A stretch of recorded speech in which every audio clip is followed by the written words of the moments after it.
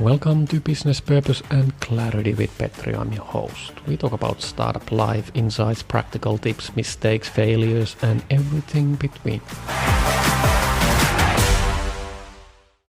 Test yourself. What?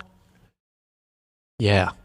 How many times you've been in your website? How many times you've been clicking those links? How many times you have checked the menu items? How many times you have read what is on your website? Does it make any sense? Is it outdated? How many times you have sent the contact form? How many times you have tried to find the number whom to call? How many times you have called your sales people? How many times you have checked the customer service? None? Seriously? Okay. Well, how many times you have done that for your competitors? Do you see any differences? Who has done that? I don't see any hands. Send me an email. Yes. It's quite disappointing when you on the other end of this, as a customer, to realize that no one has done what you are doing. And often, I'm trying to buy something. I'm trying to order something. I'm trying to just to follow the website online if we are, and just do the thing. And it's not working. Or it's so cumbersome that it makes me to pull out my hair, and there's a lot of that. In order not to go bold, I'm trying to remind you that test but verify is a really good advice at times.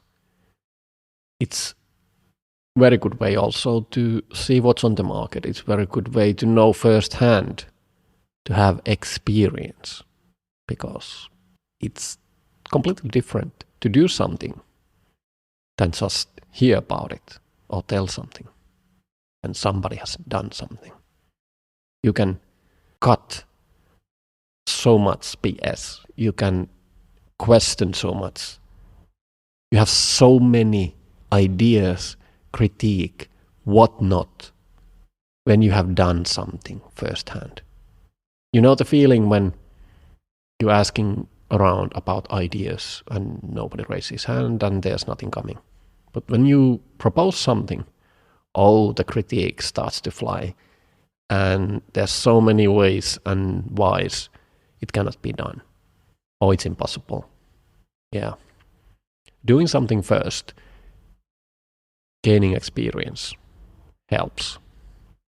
I've been doing this customer research for a few companies lately, sending email to the founder, to the owner, and saying that, hey, I tried to do this thing like, order stuff from you, but it doesn't work. And you should probably think these and these type of things. And then sometimes we are having a dialogue going back and forth with an email, and they are grateful at the end. But maybe I order something. Maybe I'm the fool in this case.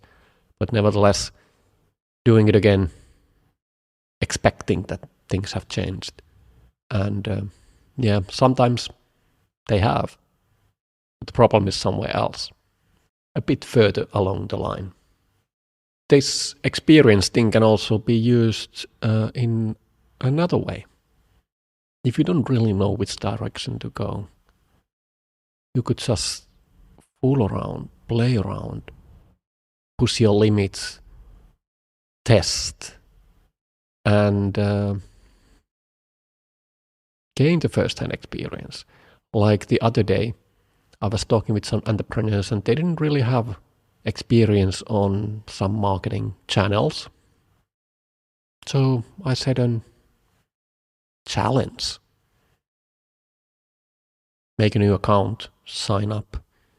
Maybe you don't even use your own name, because that's the fashionable thing now in Web3, for example. Pick an ape and start to fool around.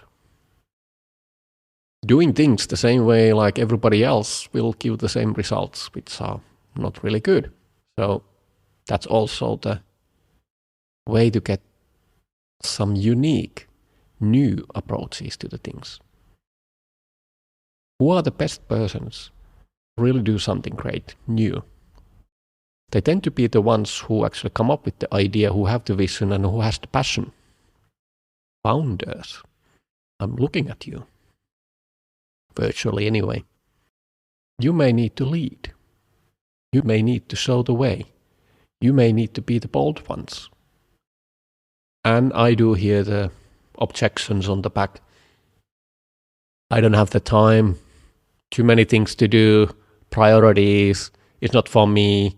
I don't want to be on the front row. I don't like to be on camera. I don't know which end to use. What's the proper way of using mic?